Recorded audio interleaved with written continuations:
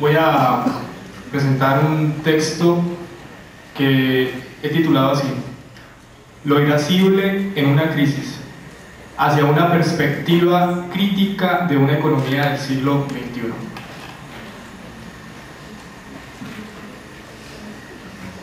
Terminaba de leer un cuento de Anton Chekhov, gran escritor ruso de la segunda mitad del siglo XIX, cuando se anunciaba por la TV unas pocas palabras sobre el movimiento Ocupa en Estados Unidos. No pude evitar ver el cuento de Chekhov, el hombre irascible, después de ver en la pantalla, valla publicitaria que había en los lugares, cómo se posaba la farándula de la sociedad de consumo luego del anuncio de combustión social en la primera potencia del mundo. De inmediato investí las primeras líneas del cuento de Chekhov para retomar, quizás con anhelo o nostalgia, el hombre irascible del escritor ruso. El silencio se apoderó por un instante. Acto seguido, la lectura. Yo soy un hombre formal y mi cerebro tiene inclinación a la filosofía. Mi profesión es la de financiero. Estoy estudiando la ciencia económica y escribo una disertación bajo el título de El pasado, el porvenir del impuesto sobre los perros. Usted entenderá que las mujeres, las novelas, la luna y otras tonterías por el estilo me tienen completamente sin cuidado. Así comienza el cuento. Que lo lean el aquí presente, la atención se centra en la pregunta sobre la crisis económica mundial, puede sonar como un propósito de creencia sobre el acontecer de los tiempos modernos. Sin embargo, debo ser honesto con ustedes, es intencional. Intencional comenzar con el vuelo de la imaginación en un mundo ultrarracional. Intencional porque se requiere la literatura para sacudir la cabeza de los parcos economistas de la doctrina mercantil. Así que advierto mi posición entre líneas.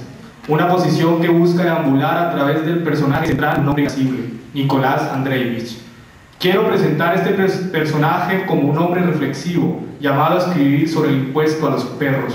Hombre reflexivo, eso sí, distinto al economista moderno de hoy en día, cuya actitud ante el mundo está en función de la productividad de la máquina de producción y cuyo espíritu se encuentra en función de la velocidad del mundo. De manera que Nicolás Andreevich se encuentra en un dilema existencial, más aún si ante él se encuentra la decisión trascendental de casarse con una mujer a quien ha dejado de amar. Y sin embargo, el mundo le exige casarse. El matrimonio está próximo como el eclipse que Chekhov narra y el cual es ambientado con los ladridos de perros. El dilema existencial es evidente. Andrei debe tomar una decisión oportuna ante la sociedad.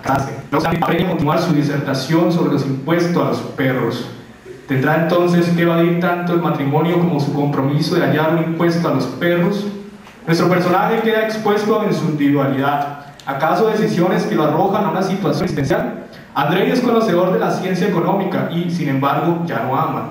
Prefiere preocuparse por la astronomía, distraerse quizás, salir de la embarazosa situación, meterse en los cálculos del eclipse de luna. ¿Estará él mismo eclipsado por los compromisos de trabajo y matrimonio? Chekhov nos arroja la intimidad del personaje. Florece su temperamento, se hace irascible. Y decir aquello es atribuirle a Andrei un temperamento inconformismo, su ira, más precisamente su irritación ante la sociedad que lo quiere obligar a contraer matrimonio. La presión crece sobre él. Andrei queda desnudo con sus sentimientos. Ya no ama ni tampoco escribe sobre el impuesto a los perros. ¿Acaso un economista irascible? Me temo entonces que el cuento ha tomado un rumbo insospechado. Ahora se nos presenta bajo nuestra propia perspectiva. Chekhov cuestiona las profesiones y, para sorpresa nuestra, Andrei es un personaje que tiene sus propias pasiones ineludibles. Es un ser humano que calcula y no ama. Es un ser humano que se irrita. ¿Podrá acaso presentarse lo irascible el economista en sus estudios sobre economía? Pues bien, tenemos ahora la sensación de estar entrando en el mundo de los economistas modernos. La sensación, lo digo abiertamente, porque se trata de hablar de la crisis. ¿Qué es luego lo irascible en una crisis? La pregunta invita a pensar la crisis de nuestro tiempo. ¿Pero a qué nos referimos cuando se habla de crisis? Y todavía más, ¿será hablar de crisis económica? Darle apellido a la crisis requiere especial atención. ¿Cuestión exclusivamente financiera? Mi intuición apunta a un rotundo no. Un no a la creencia de la afirmación es una crisis económica. Me temo que la cuestión es más compleja porque se trata de una crisis del hombre moderno, o mejor decirlo así, el síntoma de una sociedad atragantada por sus propios ideales. De manera que el asunto es complejo. La crisis es más bien en plural, las crisis del siglo XX. y las crisis del siglo XXI. ¿Cómo entender aquello de la disciplina económica? Ahora la pregunta se vuelca sobre nosotros mismos. Atendiendo el efecto sobre el escenario presente, siendo consecuente con el evento académico que nos convoca, debo entonces detenerme en la pregunta sobre la crisis económica. Comienzo por decir que el mundo es cambiante y caótico, que su característica es el desequilibrio constante. En ese sentido, cualquier intento racional, pese al uso de sofisticadas y a veces obsoletas herramientas de medición y modelos, es claro que el conocimiento de las sociedades del mundo actual son tan volátiles como el trópico. No se sabe cuándo llega la tormenta. De manera que la tormenta de la actual crisis es parte de ese ambiente de la sociedad del presente siglo, más arraigada quizás una crisis económica que se advierte que es fundamentalmente financiera. Bajo la lupa de los expertos economistas, gran parte de ellos asesores de presidencia de los Estados Unidos o en su defecto, liderado por el actual presidente de la Reserva Federal de tal nación, el economista Ben Bernanke, quien en últimas lidera la decisión del Wall Street, el mismo cargo que su antecesor Alan Greenspan ocupó por 19 años, 1987-2006. Esto es, desde la presidencia de Reagan, pasando por Bush padre, Clinton hasta Bush Jr. 2 décadas que coinciden con la implementación del libre mercado en el mundo, o si no, recordarán ustedes lo que ha significado el consenso de Washington para América Latina durante este periodo. Ola de privatizaciones, generación de empresas que luego son absorbidas por empresas extranjeras, etc. Bien conocida la experiencia dramática de Argentina en el año 2001, cuando los bancos extranjeros, ante la crisis mundial de finales del siglo XX, tuvieron que huir del país gaucho ante el levantamiento social denominado el cacerolazo. ¡Que se vayan todos!, gritaban en coro jóvenes desempleados y adultos argentinos mayores ante la pérdida de sus ahorros en manos de los bancos internacionales. ¡Que se vayan todos! El colapso social conmocionó al mundo en ese entonces como hoy conmociona a Europa la crisis que se vive en Grecia. Así que el asunto es complejo. Tanto Grecia hoy como la crisis de Argentina del 2001 se relacionan tanto que tienen un común denominador, la crisis financiera. Y venía señalando que la Reserva Federal de los Estados Unidos tiene que ver en ello, aunque no sea especialmente la causa de la crisis financiera. No, el asunto está aún más de fondo. No obstante, podemos traer a colación el juicio del expresidente de la Reserva Federal, Greenspan, quien va a considerar que la crisis del 2008 es una crisis inmobiliaria con raíz histórica. Y lo cito: el detonador inmediato de la crisis actual fue la proliferación global de hipotecas subprimes tóxicas titularizadas en Estados Unidos. Pero a mi juicio, dice el expresidente de la Reserva Federal, sus orígenes se remontan a las secuelas de la Guerra Fría. Palabras que tratan de resaltar, cierra comillas, las raíces, por decirlo de alguna manera, históricas de la crisis reciente. Se refiere él al efecto que generó la caída del muro de Berlín y con ello el triunfo del libre mercado, o en palabras del evangelista neoliberal Francis Fukuyama, el fin de la historia y el último hombre. Sobre el socialismo real, para el caso, el fin de las ideologías. En esa perspectiva, la lectura de Greenspan hace énfasis en la liberación de las economías planificadas que llevó consigo mismo a la ampliación de la mano de obra a nivel mundial, fenómeno que se expresó en un aumento del ahorro sobre la inversión. No obstante, un aumento del ahorro que terminó alimentando la economía no real, es decir, financiera, y que no repercutió sobre la economía real a través de la inversión, esto es, a través de la generación de empresa. En palabras más concretas, el dinero ahorro terminó en el sistema financiero para luego inflarse como burbuja de jabón. El resultado es lo que comúnmente se oye y lee en servicios noticiosos, la burbuja especulativa. En la década del 90 se hizo evidente, aunque no en su magnitud tal problemática. La crisis de los países del este asiático, especialmente Tailandia e Indonesia, enclaves de mano de obra barata de grandes multinacionales como Nike o Adidas, padecieron el freno a sus economías después de 2 décadas de crecimiento económico. La crisis del este asiático se extendió a Rusia entre 1997 y 98. En Colombia se reflejó en 1999. Desde este ángulo de análisis se puede decir que la crisis entrante de 2008 se agudizó con la guerra preventiva, estrategia militar estadounidense señalada por Noam Chomsky, uno de los intelectuales de mayor prestigio en el mundo actual, quien advierte el peligro de expansión militar del país más poderoso del mundo en nombre de la democracia y el mercado. O para decirlo más tajantemente, en nombre de los negocios de las transnacionales petroleras. La primera década del siglo XXI es una década de guerra, y por lo mismo y tanto expresión de la crisis del sistema económico. La guerra abierta contra el terrorismo en Oriente Medio y Norte de África no es otra cosa que la búsqueda de control y dominio sobre tales territorios. Desde Afganistán, pasando por Irak, más recientemente Libia y Egipto, es la configuración de un nuevo mapa geopolítico por parte del gran capital. Y cuando digo gran capital me refiero a la apropiación del petróleo en múltiples bienes naturales que se encuentran en estos países, además de su riqueza cultural. Significa que el siglo XXI comienza con una lógica de guerra para dinamizar la economía de mercado en crisis. Crisis porque ningún país, por más poderoso que sea, puede soportar y mantener una guerra tras otra. El caso de la primera potencia del mundo no es la excepción. El déficit público, debido a su gasto militar creciente, no se puede dejar de lado en la crisis económica actual porque, entre otras, se relaciona con las bajas tasas de interés de la Reserva Federal, a la que alude Greenspan, y que se relaciona con los bonos de deuda. Decir esto nos lleva a relacionarlo con el Tesoro de los Estados Unidos, porque es la institución encargada del presupuesto nacional, función que acá en Colombia la cumple el Ministerio de Hacienda. ¿De dónde sacar dinero para mantener una guerra? Los economistas se las ingenian. Sea vía emisión de dinero, algo que Hitler en algún momento hizo, sea vía impuesto, algo usual en un conflicto, o sea vía bonos de deuda pública, como suele pasar en una economía de mercado. No sobra decir que puede combinarse las tres vías para recaudar la financiación de una guerra, pero lo que importa dejar claro es la influencia de un déficit publicitario ocasionado por el mantenimiento de la guerra en Oriente Medio.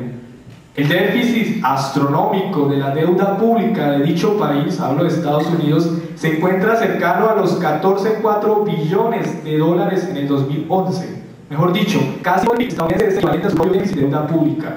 La primera potencia mundial no ha escapado del dictamen del economista inglés John Maynard Keynes hace un poco más de 90 años, cuando señalaba el peligro de un embargo a Alemania después de la Primera Guerra Mundial. Vaticinio de Keynes de la Segunda Guerra Mundial, donde efectivamente Alemania revienta bajo el Partido Socialista Nazi. El título de la obra es del Tratado de Versalles de 1919. Las consecuencias económicas de la paz. Por lo demás, nada alejado a la mirada sobre la actual crisis como consecuencias económicas que todavía han manifestado en su dimensión. Me refiero al hecho de considerar el peligro inminente de generar una guerra en pro de la economía de mercado. Una guerra medida en cifras, pero que deja de lado una dimensión más aguda y caótica: la destrucción de culturas. Y todavía más problemático, un odio hacia la principal potencia mundial por parte de sus afectados. ¿Quién puede asegurar que de allí no se generen nuevos suicidas bomba en un futuro no muy lejano? Cuando lo económico y lo religioso se funden, pueden crear espejismos bancarios y simultáneamente engendrar una violencia inimaginable. El futuro próximo dará respuesta a lo pasado en un Medio Oriente no muy lejano, de manera que la crisis económica mundial no puede reducirse, efectivamente, a una exclusiva crisis inmobiliaria, como bien lo señala el propio Greenspan. Pero, asimismo, y esta es la apelación, tampoco puede señalarse al hecho de la liberación de las economías planificadas como aquello que ocasiona la crisis, de forma tan gráfica como un tsunami financiero. El asunto, insisto, es más profundo. Tiene que ver con la crisis de la modernidad y, sobre todo, en ese marco, con la crisis misma de la ciencia económica en sus distintas vertientes. ¿Qué es entonces lo que está en crisis? Las distintas expresiones de la crisis económica desde 1929, 1974, 1997 hasta 2007-2008 son el reflejo de una pretendida ciencia en crisis. Hablo de la economía y con la quiero señalar un tipo de economía, la economía ortodoxa que se fundamenta en el paradigma neoclásico. Significa que todo esto, entre comillas, es culpa de la economía ortodoxa.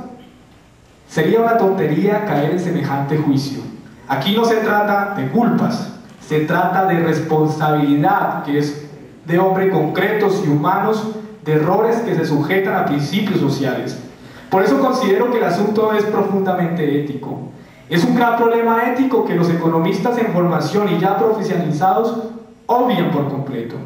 Quizás lo irascible en una crisis como la actual se encuentra allí, en un problema profundamente ético. Y esto no tiene por qué sonar abstracto y absurdo, ni mucho menos ruborizar al economista que ejerce en una institución que trata con cientos de hombres y mujeres invisibles en los modelos y o proyectos económicos. La cuestión que trato de plantear busca que el economista sea responsable de sus actos y decisiones, como cualquier otro profesional. Y más aún si sus decisiones influyen sobre una amplia población humana, como por ejemplo la decisión de una banca central o un ministerio de Hacienda que concierna a la existencia de cada uno y una en una nación cualquiera como Colombia. Considero que el asunto es profundamente ético, lo cual, valga decirlo, no puede dejarse reducido a una cuestión de riesgo moral, como si la moral fuera la solución, como si fuera de culpas o de limpiar la imagen de, sea el caso, el Lehman Brothers. El asunto es más concreto y compete a la existencia individual de cada uno de nosotros y nosotras. Hace referencia a una pretendida ciencia que requiere ser reevaluada en sus cimientos. Y comenzar por lo evidente, la gravedad del vacío ético de los economistas que descansan en los tordos de la economía ortodoxa es tan solo una manera de comenzar a reconocer otro tipo de pensar el mundo, nuestro mundo, de pensar otra economía. Pero, ¿a qué referirse con pensar otra economía? Yo diría que la cuestión, de nuevo, es plural. Pensar es diverso, como diverso también son las economías. Pensar entonces en ello es reconocer otras formas de concebir lo económico. Y hablar de esto es entrar en diálogo con el pluralismo del conocimiento humano, un diálogo abierto con otras disciplinas.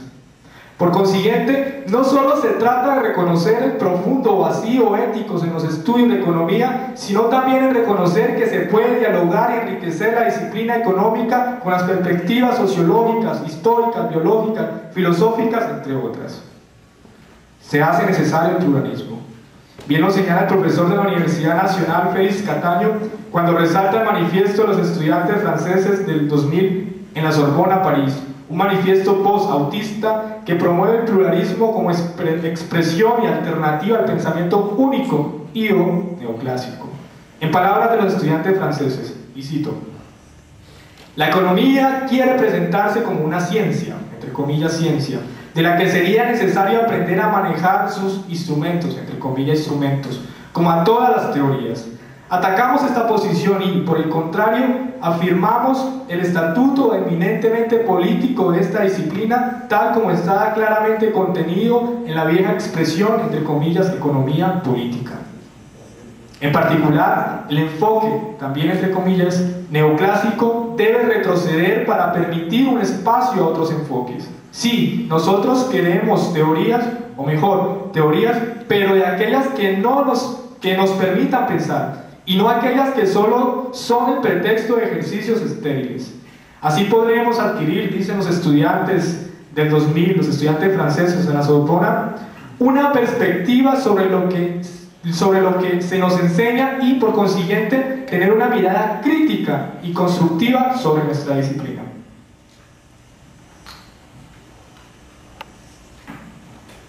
Así se presenta al mundo, comenzando el siglo XXI, lo que resulta evidente en el aula de clases de cualquier escuela o facultad de economía: el autismo de la ciencia económica encerrada en mediciones y modelos que distan de la complejidad social y humana. En ese sentido, la petición de los estudiantes franceses no puede pasarse por alto. Así lo entendieron estudiantes de doctorado en la Universidad de Cambridge, que deciden adherirse a la voz de protesta emitida desde la Universidad de la Sorbona en Francia, y un puñado de premios Nobel que contestaron el llamado de los estudiantes. En efecto, frente a tal inconformismo presentado en el seno mismo de la llamada ciencia económica, la pregunta sigue en pie: ¿a qué nos referimos con pensar otra economía? Me temo que la pregunta que interroga por nuestra disciplina es compleja y sabemos de antemano que es plural su respuesta. De tal forma que nos invita a la crítica, pero sobre todo a la autocrítica. ¿Qué es lo que hay que pensar? La disciplina económica requiere ser confrontada en sus cimientos más profundos, es decir, en sus mismos supuestos, Quizás salir de la hechicería de la economía ortodoxa o instrumental, abrirse a otras perspectivas del mundo que trata más allá del entendimiento, la comprensión de nuestro mundo. ¿No es esto acaso responsabilidad de un economista, sea cual sea su campo laboral? No digo que sea su objetivo principal, pero sí al menos parte de una mirada responsable de su quehacer. Considero que es necesario desplazarnos hacia una perspectiva crítica de la disciplina económica, reconocer que crisis y crítica no solo tienen raíz etimológica en común,